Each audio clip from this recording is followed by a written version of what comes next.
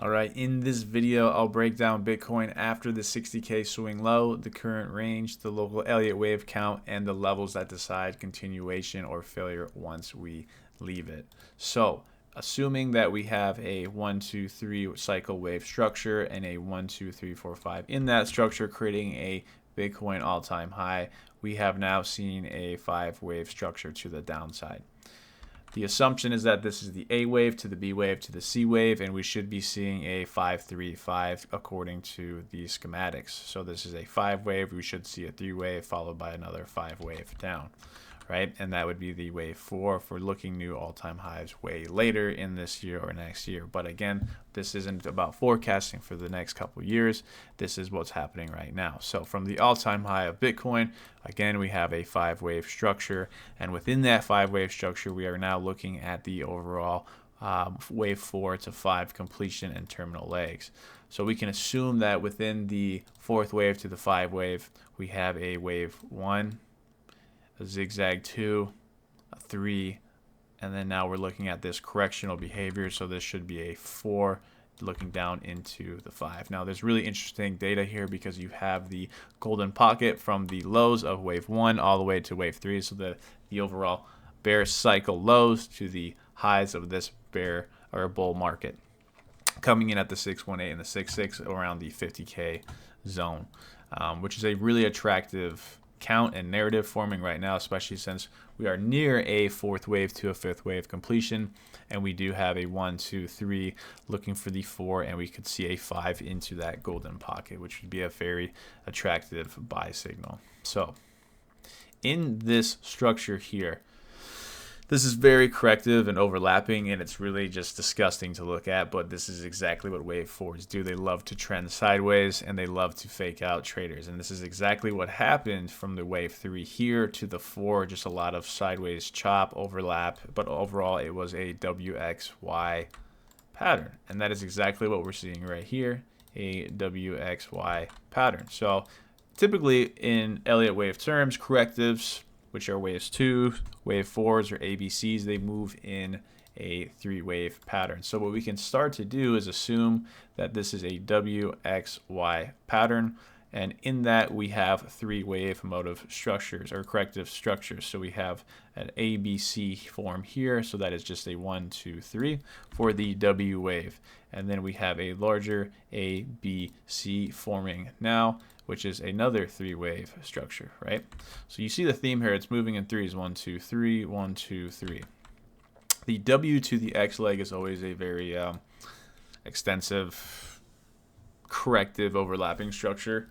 And it's just really not something to be trading, as you can obviously see here. So again, let's assume that this is a X wave here.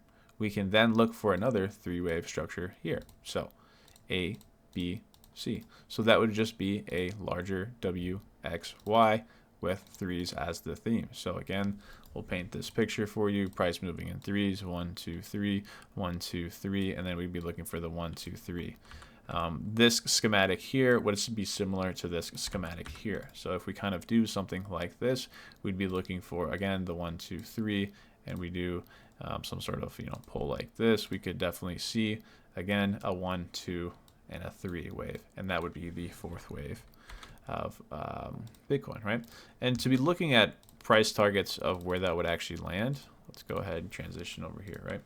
So what we can see over here is, again, VWAP coming down from the all-time high, or the wave 4 high of 97, 98K, right?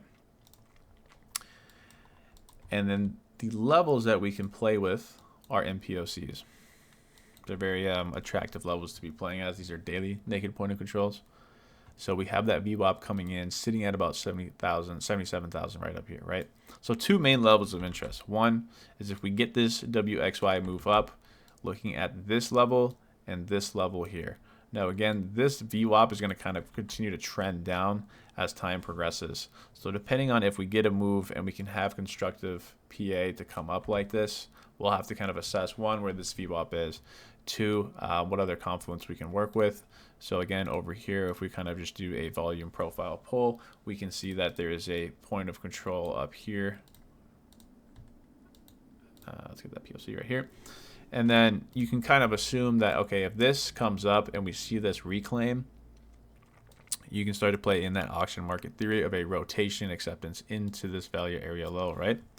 And we'd be looking for an SFP of the MPOC rejection here and something like this, right? And that's when we take a structured short trade of confirmation of the highs in, whether we can put our structure, if we take the highs or we don't take the highs, you can do a standard short trade stop loss and validation here above these highs, or let's say we come up above the highs and then we start to lose these levels, you would place that above the current high and look for that short swing down into that golden pocket that I showed you earlier, into this set of confluence. And there is a lot of confluence in the 58 to 52K zone, which is a very, very attractive zone to look for a swing, look for spot trades, right?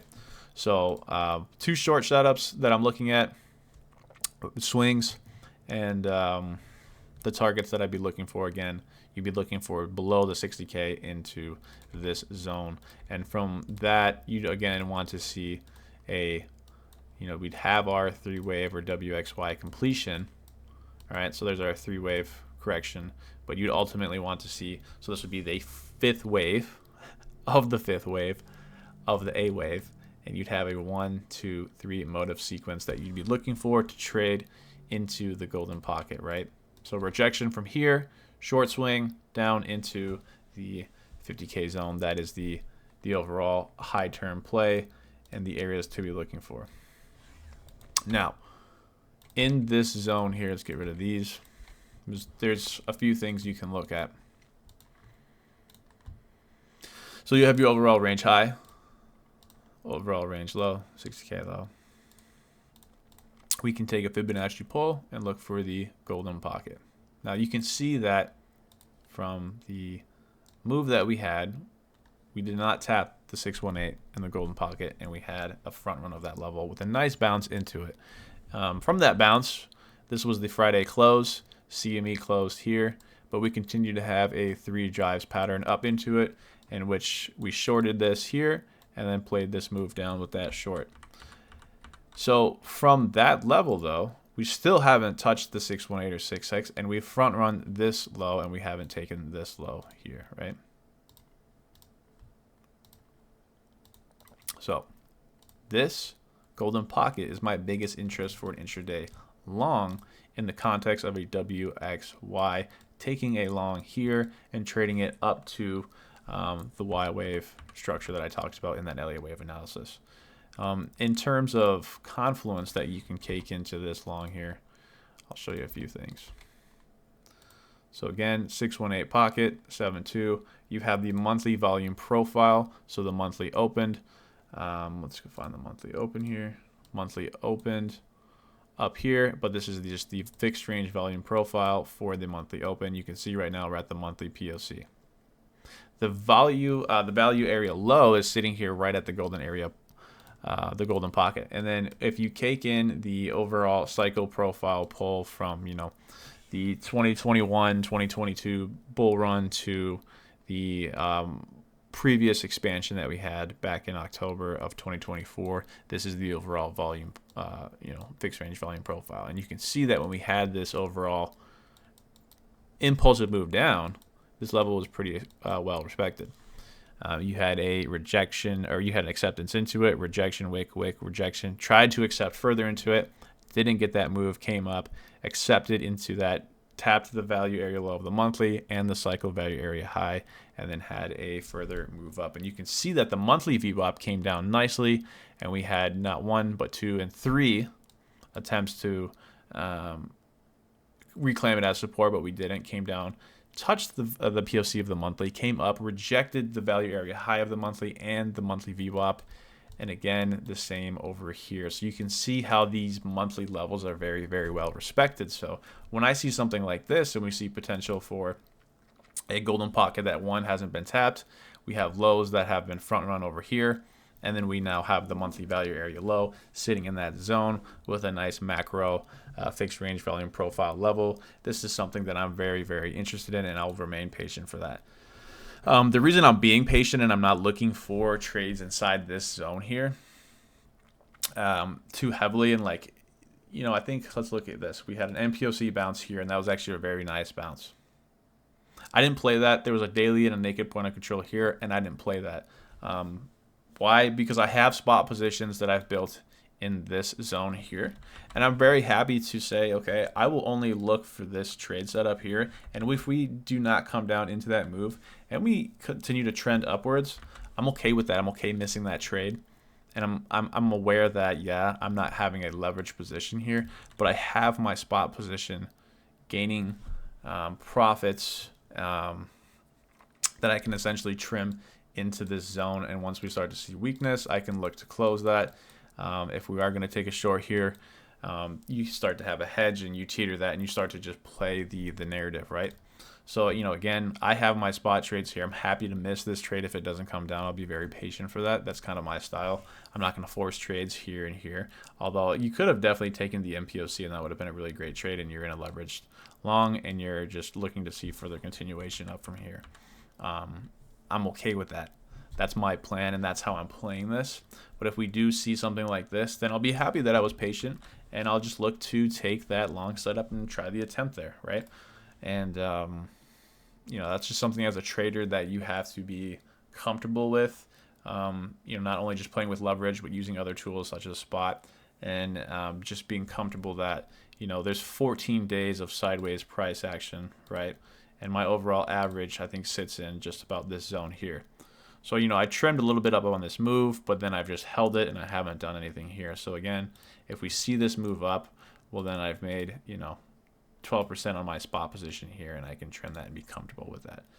Again, if we do not lose, or if we do not, have any sort of continued expansion move, that's why I keep my short hedge from the all-time high of 124,000, and I haven't closed that, and that's just because I'm hedging my spot plays from way down here and here as a hedge to say if Bitcoin actually does have a bigger move down into these zones, then I will be covered on the losses of the potential that I didn't take from the spot way down lower, but I can trim that short, down here and still be covered from either side of the market. So that's why my plan is the way it is and how I'm thinking about this market, and why I'm just being more patient and I'm okay missing moves or just not being as aggressive as others might. I don't wake up every day and say, okay, I need to take a trade today. I wake up and I look at the chart and I see what's the strength, what's the play. And right now, there's not a lot of strength in this move. We had this, very nasty impulsive wave down. We created a high here. We formed lower lows, lower highs, had a nice bounce, but it was overall another lower high in terms of this high here, right? So we had a bounce, lower low, lower high, lower low, and then if we continue to start doing that, then the narrative changes. But that's one thing to be looking for now. As we had further context in this, we do have an ABCD triangle forming, and wave fours can be formed inside of a triangle, right? So instead of getting a WXY pattern, something like this, WXY, we can essentially just have some sort of move like this, right? And then have this move to the downside. It doesn't always have to be anything, structurally fancy in terms of the WXY. It can just range like this and break down and then sweep these SFPs, and we'll happily try to look for that SFP long swing setup, right? And I'd be happy to play it either way. So looking at this structure here as well, something to be aware of. Again, if we break to the upside here, we can kind of measure this in a couple ways. One, you just take the overall structure of that. So this would put us around 76, which is where that MPOC lands, right? Same with the downside here. If we just kind of break down below, we tap these levels below. And those are the targets of a structurally symmetrical, symmetrical triangle here, right? And an ABCD pattern. So overall, something to be aware of and be looking at. Now, the one thing I will be leaving you guys off on, let's see, where is this at? The Gartley that I was looking at. So the Gartley last week, we were looking at the overall 618, right, from this range. So let me just pull this over here. Now, from the lows to this high, this is where the 618 comes into play. And I was looking for that long again, but it was front run into that, and I did not play that move. Again, we're seeing kind of the same thing. It's front run. We haven't taken these lows, but I'll still happily be patient here, right? If we have some sort of move like this and we actually do take the 618, I would be kind of still looking at this harmonic in a sense, but at this point I'm kind of discontinuing this harmonic and just looking at the symmetry of this. It's not sexy, it's not attractive.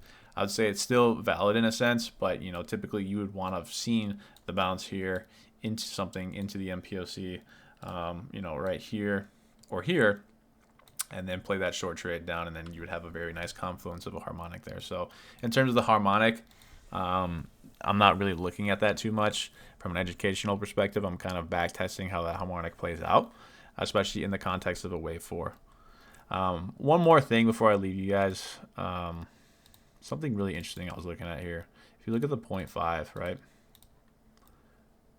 and you look at the structure and the timing of when this happen. So you have, this is just funny. So when you have a SFP of the 0.5, a bounce, SFP of the 0.5, and then a move up, and you see the same thing here. SFP of the bounce, SFP of the 0.5, a bounce, SFP of the 0.5, and a bounce in the same way on the same level. I mean, that's not coincidence, right? Something to look at too is that this move happened on a Wednesday. This move happened on a Wednesday. We saw the fake out again on Thursday. We saw the fake out again on Thursday, and we saw the move up on Friday, right? I think it's a little bit different now with this context here, because I think the decision here is, what are we going to do with the golden pocket? Are we going to come down, take this, take out this low, take out the liquidity, and then look to make a run for the liquidity up here? I think that's exactly what we should be looking for, and why I'm being very patient with this setup here. Yeah, you can take long setups here, and the MPOC long here would have been very nice, but is it going to be a winner, or is it going to get stopped out? We'll just have to see and be patient for. So again, that's everything that I'm looking at. I hope you guys enjoy, and again, as always, happy trading.